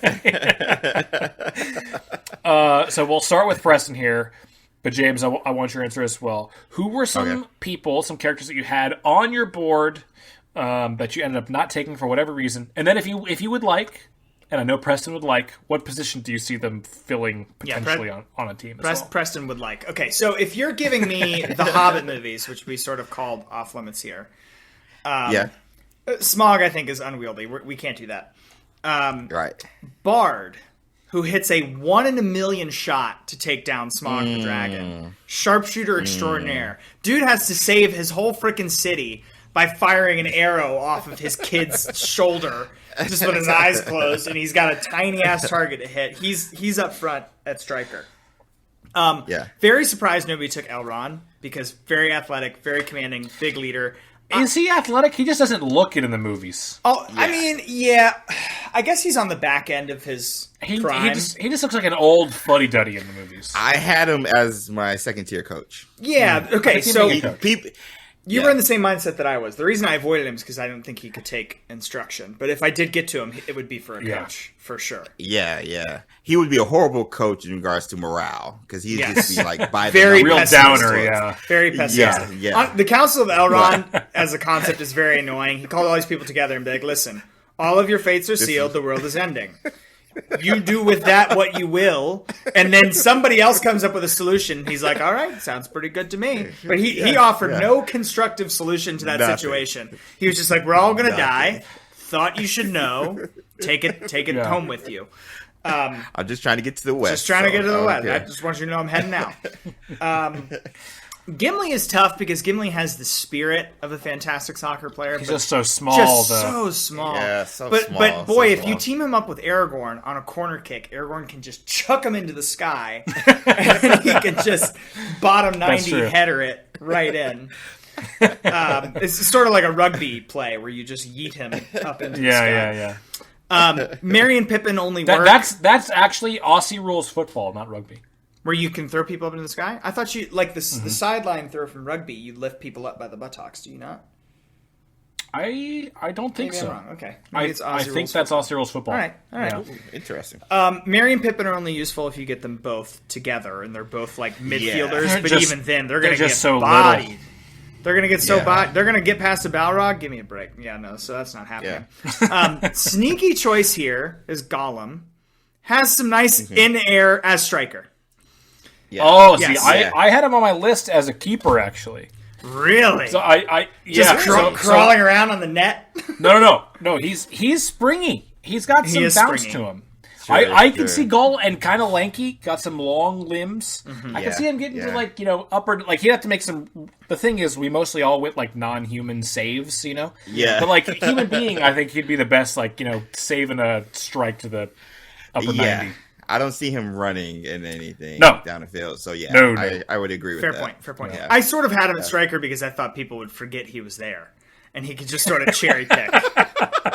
They'd be like, "Oh oh shit." Oh. The thing is with soccer, that's really mitigated by the offside rule, Yeah. But it makes it a lot harder. What else is mitigated by having a giant Balrog on the field? We'll get to that at some point. But he was offsides. How do you know?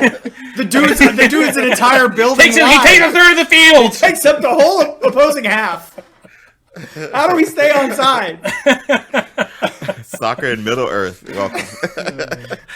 Okay, the last two sneaky picks. My version of Shadowfax, just the Daniel knows it is Route 1, just beeline down the middle, is Denethor when he's on fire. Because that dude is freaking huffing it.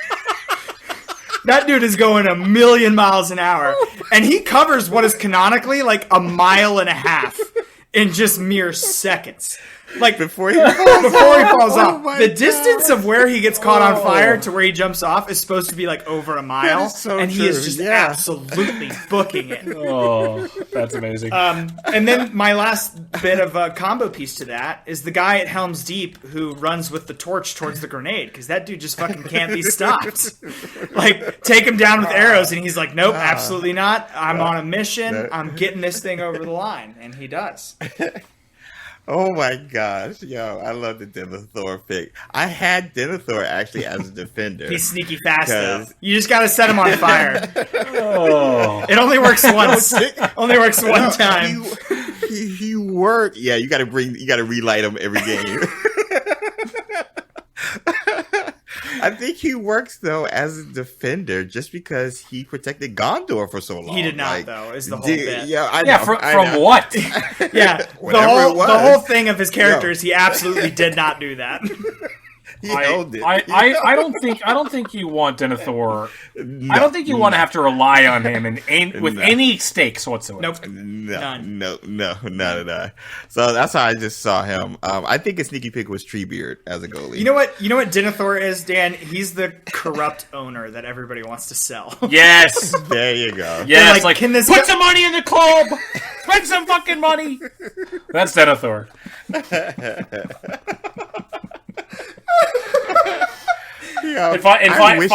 Finally he sells to an American billionaire, and it's they have a parade. That's Denethor. We should have added owners, man. We should have added that. We should have. Yeah, James went to Treebird. I had Treebird as maybe a defender. Yeah, but I think they're just a little too slow. I think. Yeah, that's why I had him. He's a little too slow. Indecisive. Yeah, he's processing things. He literally just stand there in front of the goal and just lay down sideways. I really cracked myself up earlier today thinking about him as a coach and just how long that would take. It'd be it's the halftime talk, and he gets the through pregame speech. Yeah, he gets through 5 words, and it's dude, we got to go back. They've got guys on the field, and he's like, I'm almost done. Don't be hasty. And they're like, no, they've already started. Yeah. 5 games in, he's finished his sentence. Yeah. Oh my gosh. I love that. Did you have any others, James? Any others? Outside of Treebird and Elrond as a coach, I think that was the Eye. I had the Eye as a defender as well. Oh, how would that work? So basically, he would just if he sees you, if he spots you, you're like frozen, like you're just petrified. Immobilized and everything. Given my other defender or attacker, I would like to say, based on your other picks, I'm a little shocked you didn't take the Eye. I was. I'm telling you, but then I started thinking, I was like, yo, nobody's going to buy my team if I don't have any humans. So gotta have at least one character with agency. One person actually capable of playing soccer. Yeah. So yeah, I had to do it. So yeah, I think that was probably wise. It would have been more on brand for the rest of your team to go with the Eye. It would have. Yeah. Probably wiser. I like the idea of taking the Eye as coach, and then he's just on the sideline being like, "There, it's there." It's there. Spotlight. The Eye is great at diagnosing the problems on the pitching. Yeah, cannot actually solve. Zero ability to communicate it, though. Yeah, like it's there. It's right there. The ball is right there. Like, listen, we got it. Thank you. Oh my gosh! Now, if you had a Hobbit on the opposing team, there would be issues because I wouldn't see it. But we welcome back our regular listeners now for our regularly scheduled second question of the post-draft analysis. What was the worst pick of the draft? I have a feeling Preston and I are both going to be on the same page on this one, so I want to hear from James first. Dude's getting nutmegged. Like, Legolas is going to make your horse look like an idiot. Can you imagine not making a horse? The double meg. The double meg. How humiliating. How is Shadowfax coming back from that, James? How is Shadowfax coming back from getting double nutmegged the first time? Yo, he's a king. Shadowfax has seen it all. He's seen the highs and he's seen the lows. I don't think Shadowfax has ever been double nutmegged by an elf before. I gotta be honest. Very true. Very true. Oh my gosh. But James, what was the worst pick in the draft, do you think? I wouldn't say worse, just something I was just like, because I think everybody's picks was pretty strong outside of the ones you guys don't think. But I'll say Sam Wise as a coach. I still couldn't get behind that one, just as he couldn't even get his friend to listen to him. So I'm just like, how is he going to get like these other cats? So, listen, the man gets results. Okay, that's true. You get the ball over the line. Here's this is again like I don't know. I hope some of our listeners are Premier League fans. Samwise to me feels like, and maybe just because he shares a name with Sam Allardyce, but he feels like a coach of a team that is trying not to get relegated. Yes. Rather than a team that is trying to win the league. That is absolutely right. Sam gets brought in when you're 10 points below the relegation line. Yeah. It's like, listen, 12 games left. Our players on this team, they don't even fucking know each other's names. We're desperate. Yeah. The fans have stopped coming. We lost the keys to the entrance of the practice facility. You got to get us around here. Yeah. And he comes in and performs the Great Rescue. Yeah. Because listen, that's the thing. Frodo doesn't need him until he does. And then there's just nobody else he'd rather have around. Yeah, doesn't need him until he does. And then suddenly he gets carried up the mountain. Frodo's not on the team though, but still, true. I think it works for my team because Saruman the Witch King and Sauron, they know what to do. You're gonna need some morale boost. Beat the shit out of some people. Yeah. Legolas is gonna be questioning the morality of his own team. Yeah. And he's gonna need Sam to sort of calm him down. Yeah. I like it. Although now that I think about it, I don't think Sam and Legolas exchange words at any point in any of the movies or book. No, I don't think they do. I don't think they ever know each other. No. They just stare at each other and smile. Then again, neither do Sauron and Arwen, so it'll be fine. We'll figure it out. Yeah. We're projecting here, you know? Yeah. There you go. Projecting relationships. Preston, what was the worst pick of the draft? Or the best pick? I don't know. Maybe the thing without fingers or toes. Toe is more importantly. Yeah. Toes. Yeah. I don't understand how he kicks the ball. How does that work? I guess. Well, he kicks the shit out of the ball, I think, but I don't think there's much control there. Yes. Yeah. That's one for the fans up in the fucking top row because he just bucked it way over. That's what. Yeah. Oh That's God. in Roseanne. Oh God. I hope she's okay. Oh God. It hit her square in the face. Oh. That's honestly why I was thinking about. I was like, yo, if that's the case, then like, yo, just have him going back and forth behind Belrog, just like kicking, deflecting everything. Just Honestly, ultimate as a defense goalie, right just put him perperpendicular to the goal and just takes up Yeah. at least a third of it, right? Just lay on the ground. Just lay. there.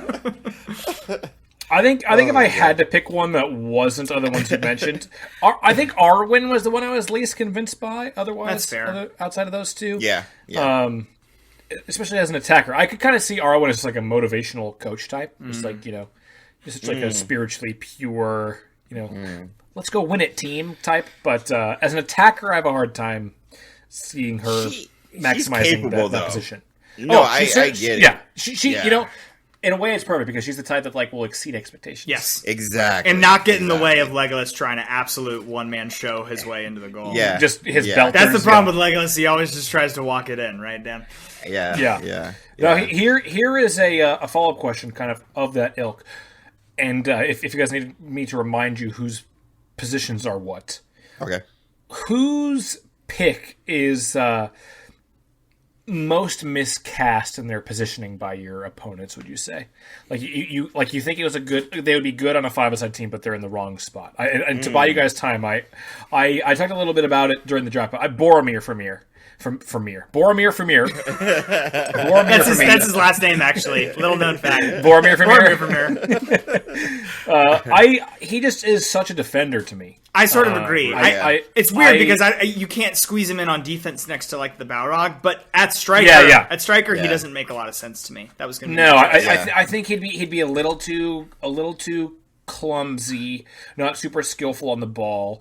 Also would probably have main character syndrome and then get in the way of some of your other attackers, which is really not what That's you why want. I wanted as an him as attacker. coach. Yeah. Coach I could see, but for me, just the embodiment of just a physical, defender who's just going to out-grit you. Which is why, going back to what Preston was saying, you were saying if you would switch maybe the coach and Boromir. Yeah, Amir and Boromir. Yep. Yeah, I agree. I agree with that. I do think Amir also would probably be more impactful for your team on the pitch. On the field, yeah. Yeah. I just like him a lot as a coach, but no, Yeah. I totally see where you guys are going with that. Especially if I have those two people, if I don't have any other spots, just switch them just to maximize the team. I can see that for sure. Can I give you guys a Lord of the Rings tidbit about Boromir? Please. Ooh, please. So Sean Bean famously hates helicopters. didn't know that. And there are a lot of scenes in the Fellowship that take place on top of a mountain. And the cast would get helicoptered up. He would go full gear by himself, full gear, full costume, full makeup, hike up the mountain alone. Like 4 hours before everybody else would get helicoptered in. And he would get up there and there are some scenes of him when he's up there and he's like out of breath and he looks like truly disheveled. And just mega sweaty. Sort of just absolutely gassed. And it's because he was hiking up the mountain every single day. Not acting. Oh, yeah. That's wild. That dude was living it. Yeah. That's a cool That was tidbit. just like, what's his name? Aragorn, when he kicked the helmet. Kicked the helmet and broke Viggo, his toe. Viggo Mortensen. Yeah. Yep. And that scream was like legit, apparently. Yeah, the scariest moment of Viggo Mortensen's life has to be, okay, so when he's fighting Lurtz, that orc at the end of the first movie. Yeah. Lurtz has a small knife. And the idea is he's supposed to throw it at the tree behind Aragorn, and it jabs into the tree, and Aragorn sort of ducks out of the way. It's not an incredibly sharp knife. They were sort of going to edit it in post to make it look like it just jabbed right in. But it's still a prop knife. I mean, it's weighty. The makeup of Lurtz messes him up a little bit, and he throws it square at Aragorn's neck. Like just Viggo Mortensen's neck. Just right at his face. And Viggo swings his sword like a bat and deflects it out of the way. And they added in some noise of that take, and that's the take that goes into the movie. But that thing was making a beeline for his face. And that's terrifying. But I made it into the movie. So I guess there you go. Good old practical effects. Yeah. He did all of his own costuming and his own wardrobe and stuff. Like his stuff would break on set. Vigo did? His stuff would break on set, and he would repair it himself to make it seem more authentic to the character. Like Aragorn wouldn't have a tailor just around. So he was sort of tying stuff together in little knots, and he was like treating some leather and stuff like that. Yeah. Wow. Very cool guy. That's cool. What? Very, very cool. He just seems like a cool dude, doesn't he? Yes, Viggo Mortensen. Yeah. He speaks like 11 languages or something insane like that. Yeah. It's wild. Oh my gosh. Seems like a cool dude. Do either of you have thoughts for miscast draft picks here? The Wizards, I'm still not buying as goalies.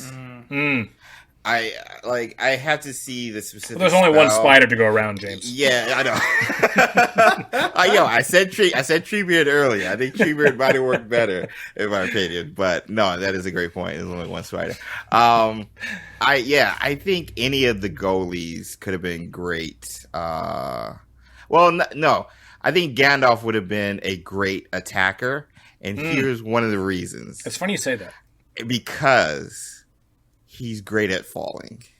Buying penalties? Flopper, dude. Yes. That's good. Yes. That's Wow, good. dude's got the theatrics. That's really good, James. Yes. So he will get the cards for you guys, and I love that. Yeah, get the team out of there. So I think referee, would you dare deprive a man of his walking stick? No. And he seems so chill. Also, I feel like goalie, you have to be a little bit serious, and that's not how I take Gandalf at all. He's serious when he needs to, but Gandalf just prefers to smoke. He does and arrive hang out. precisely when he means to. Yeah. When he means to, yeah. So, yeah, and even with, I couldn't see the Wizards. I had to see, like, their spells and what they're using, but I'll just throw Gandalf out there. I prefer him as an attacker, just for the falling. It's funny you say that because my backup position for him was coach. That feels like the obvious. That would have been mine second option. But the flopping aspect is too good to disagree fully. Yeah. Yeah, Preston, do you have one? No, your team's slotted well because I wouldn't put Gandalf as coach because Galadriel is a nice option there. We already talked about her telekinetic ability. Yeah, in a way, I am glad that I kind of was forced into taking Galadriel as my last coaching option because I do think that that worked out. I felt really good about that pick. I did think about if I managed to get Frodo, and if you guys somehow let me have the ring, even if he couldn't use it, it would be distracting to a lot of the characters we've talked about tonight. They'd be like, who cares about the ball? Yeah, who cares about the soccer game? This dude's walking around with the MacGuffin of everybody's dreams. Yeah, that's fair. And like your coach Galadriel would be like, stop playing the ball. You have to kill the boy. I do want to bring up an important point. My team is the only one that passes the Bechdel test. Fair. I do have the Witch King, which I would argue is gender ambiguous. And I have a ton of beasts, so minorities representation. Is the Balrog a lady? True. I guess we don't know. We don't know if the Balrog is a lady. I guess we don't know. We don't know. Could be. We don't know that for sure. Could be. Exactly. So with Shadowfax and spiders, I think we represent a broad array of characters there. So yeah. Most important question though. Who is winning the five-a-side tournament that these teams are taking part in? Who has the best team? And then if you're picking yourself first, who's finishing with that silver medal? Well, I have the most popular team. But as we know, that doesn't always translate to results. Always work. But I feel like I've got a lot of great names. Legolas, I think, is just so huge. Going to be a big draw. Yeah. And I think that's carrying me over the line, to be honest. Yeah, having Legolas is huge. James letting Legolas second overall feels like a big swing of this draft. I was just like, I didn't want to take Legolas. I was just like, it's just too obvious. Yeah. I was like, I'm going to get creative with this one. I've been hanging out with friggin' nerds with chaos too much. I really have. But they're rubbing off on you, James. Yeah, they are. But no, I'm trying to balance out what James's goalie is going to be like because the web is obviously very helpful, but if it's daylight, she sort of just has to leave after the web. So like eventually I'll get it down, right? You'd think so. You'd think so. Also, what happens in a soccer game when you shoot at the goal and the ball just gets stuck in the net? Or like stuck in the web in front of the net? I'm just gonna come up and just keep hitting it with my like head. like I have a hard time seeing Shelob like grabbing the ball in any way. No. Yeah. And then throwing it back into play Deflecting. like from that. Yeah, I don't. deflecting. Yeah. Yeah. Yeah. Well, and that's the thing. I think she'll just keep them as like, trophies. The balls? Just keep it on. Yeah. Yeah. This one's mine now. Find a different one. You just need a new ball. Yeah. Yeah. Yeah. If you can't keep Like, count, if you're like, what happened? How does play resume at that point? Like does it result in, is it a goal kick? Like, how does play resume from that? It goes back to coaching. That's why I started first with the coaching. How does it go back to coaching? We keep having this conversation. It all goes back to coaching. Yo, my boy can talk to any of these cats and get them on the same page where it's just like, yo, your end goal is going to match the entire team's end goal. Just work with me for however long the match is, and then you can go carry you some hobbitses and catch whatever you want to do. I just need you for a couple of, So. You know who the ref is? Gimli. Gimli's the ref. Just seems like a good Gimli's ref. He's gonna let a lot of physicality fly. Yeah. Yeah. He's gonna let defenders get away with it. He's gonna let him play. He's gonna let him play. Yeah, he really is. Does he have the horn with him though? That's my question. Yeah, that's how they start the matches. That's That's how they start the matches. Whistle. This is the horn of Hammerhell. Yeah. All right, so Preston, who's your runner-up then to your team? I mean, it's you because there's too many wild cards on James's team. Do I think they could steal a win? Variance. Yes, but yeah. Whoa. I mean, listen. Yeah. It would be amazing if everybody came out of that game alive. So I'm gonna go with yours. That's true. All right, so and James, who's it sounds like you're picking your team, James. Yeah. Okay, so who's runner up for you? Pick my team. I would say you as well. I think you have the most solid picks out of all of us, consistency. I think Preston might be more top heavy in a way and stuff, but I think yours kind of just makes sense just from an actual soccer game standpoint. Yeah, and that coach. I may have been too literal in my picks. Yeah, but I think the coach pick, plays, especially if people understand what she can do. Mm-hmm. Yeah. And so, I think the coach thing is huge. So, I'll go with yours for sure. I'll take that.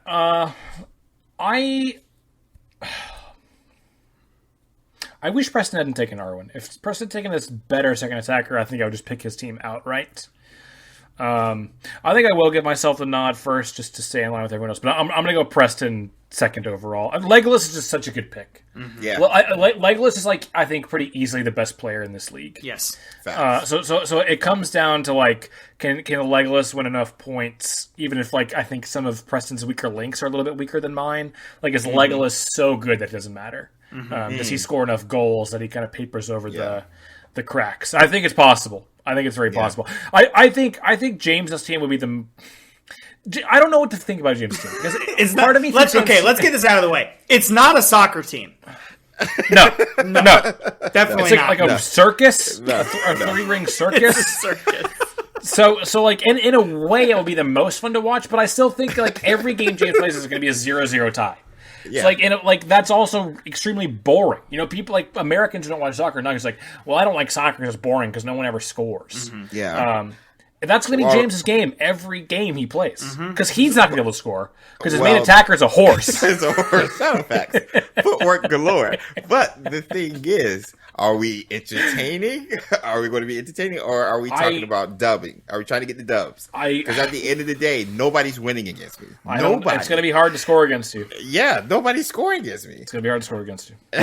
So at the end of the day, I'm just if we just talking strictly soccer, I'm just bruh, nobody wants to play me because nobody's scoring. So I'm always middle of the pack. Who has Aragorn? Oh, I do. Okay, here's what we do. We get to a point where nobody can score on James's team, and then you and I cut a deal to give you the army of the dead to just fucking wipe. Listen, we're tired of this. Fulfill your oath. Someone should have picked the army of the dead because they can't count as one player, right? Because none of them are alive. So you just get a whole army of players in the pit. I think I would have I vetoed that. I'm pretty sure. yeah. So, because I thought you would have added that with Aragorn, strictly because he's the only one that would be able to command the army of the dead. Can ghosts kick a soccer ball? I'm not convinced. I mean, they can kill elephants. So. They can kill elephants, so yeah, they can. What's the practical difference between those two things? We're already long, but the army of the dead felt so Deus Ex Machina to me, and very out of line with all of the other magic you see. In the movies. It's not supposed to be that way. It just felt very strange, and I in a lot of ways I think it kind of makes the third movie, like, despite being the coolest movie, like maybe the weakest movie. I think it's the weakest one because it's just so they don't, like, the bad guys win without it. Yep. But it's just very hard to accept as something that would have been able to happen. Yeah. It only works because it's Aragorn accepting his role. Yes. Well, that's why that move works. Fulfilling the oath of his ancestors. His destiny. And also, I think the pacing of it works so well that even as someone who has seen the movies thousands of times or whatever, probably not thousands, let's be honest, but a lot, you sort of forget that they're coming by the end, because there's a 40-minute gap between you seeing them and and then you sort of are like, man, how do they get out of this again? Your brain sort of tricks yourself into this actually doesn't seem like it's going to go very well. No, it's looking kind of bleak right now. You're telling me they came out of this one? But in the books, they are not supposed to be the friggin' cheat code they're showed as in the movies. I think the problem is that movie, which at that point is at the 3-hour mark, can't take the time to thoroughly explain that they're actually sort of vulnerable, but they're more akin to zombies, I think, in the actual canon than they are unkillable machines. Good point. They are tactile, like they are taking a risk by signing up to do the fight. Out there. Which that's the other really annoying part of how it's structured in the movie is they're like, well, I don't know. But what do you have to lose? You're unkillable. Yeah. You're dead. You're already dead, and you're unkillable. So they're like, I don't know. Do we really want to go with this guy? Their choice makes no sense. But if you have it weighted as they could actually lose something, then it makes more sense. It does change it a lot, yeah. This is also the franchise that has eagles just come in passively. Very convenient. Just out of very convenient. So I think one of the, it's like a famous plot hole. The question is well, why doesn't... It's a dumb question. Why doesn't Gandalf just fly Frodo to it's a dumb question. Mount Doom? I mean, do you want the answer? Yeah. It's because you get one try. So the crux of the plot of this is that for the bad guys to win, the ring has to get as close to them as possible. And for the good guys to win, they have to take the ring to the one place they really don't want it to go. So you get one try to get this thing done, and just flying on an eagle, which, as we see in the last fight, are pretty easily matched by the Nazgul. Maybe not long-term, but long-term enough to get them to drop Frodo by accident, or just drop the ring and be like, oopsies. One try is so hard that's why it all comes down to the thing they at least expect. Couldn't they at least have flown him to, the city limits and saved a lot of time? Maybe. A lot of time. Maybe. The other canonical reason for this is the Eagles don't care, which is the more frustrating but true reason. The Eagles are of a tier of being in the universe that they honestly are not concerning themselves with this little squabble until the very end when they're like, actually, this thing's getting pretty serious. The children are starting to become violent. We should maybe get involved. The first time is we'll look out for Gandalf. That's our boy. Yeah. We got him. He had a favor and he cashed it in. Yep. Yeah. Exactly. Yeah. All right, well, of course, it always comes down to the listener vote, so be sure to vote on whose team you think would win the best soccer team of Lord of the Rings characters. The link to the poll. What a ridiculous draft we've done here, Preston. I hope you're pleased. I'm so happy. I hope this is what you wanted. I'm going to stop bothering you now about the Lord of the Rings IP. You're free to go. No, I'm glad you're happy. That makes me happy then. But yeah, please cast your vote. The link to the poll will be in the show notes. We're doing Google Forms now, so you don't even have to have a Twitter account to vote anymore. But most importantly, James, thank you so much for joining us. This was an absolute blast. I really had my reservations about this draft, but it has been one of the more fun ones that I can remember doing. So, and I think that it owes a lot to you, James. So thanks so much for joining us. Where can the people go to support you, my friend? This is your boy James over at Friggin Nerds Media and XpectoGo. Just follow me any social medias and platforms, YouTube, Twitch, all the socials at XpectoGo, XpectoGo. Yeah, it's the letter X, like the big, give me capital letter X, then PectoGo, just how you think it would be spelled. And of course, make sure you're checking out the Friggin Nerds Media also on all various forms of social media as well. Yeah, please do go support the Friggin Nerds. Y'all, you guys know how great they are as guests on this show. Their show is that and like even weirder and more a lot of games. Stuff. Yeah. More chaos. Yeah. And sillier, a lot somehow more chaotic than this show. It's true. Yeah, so please go check out the Friggin Nerds. But thanks you all so much for listening. We will be back next week.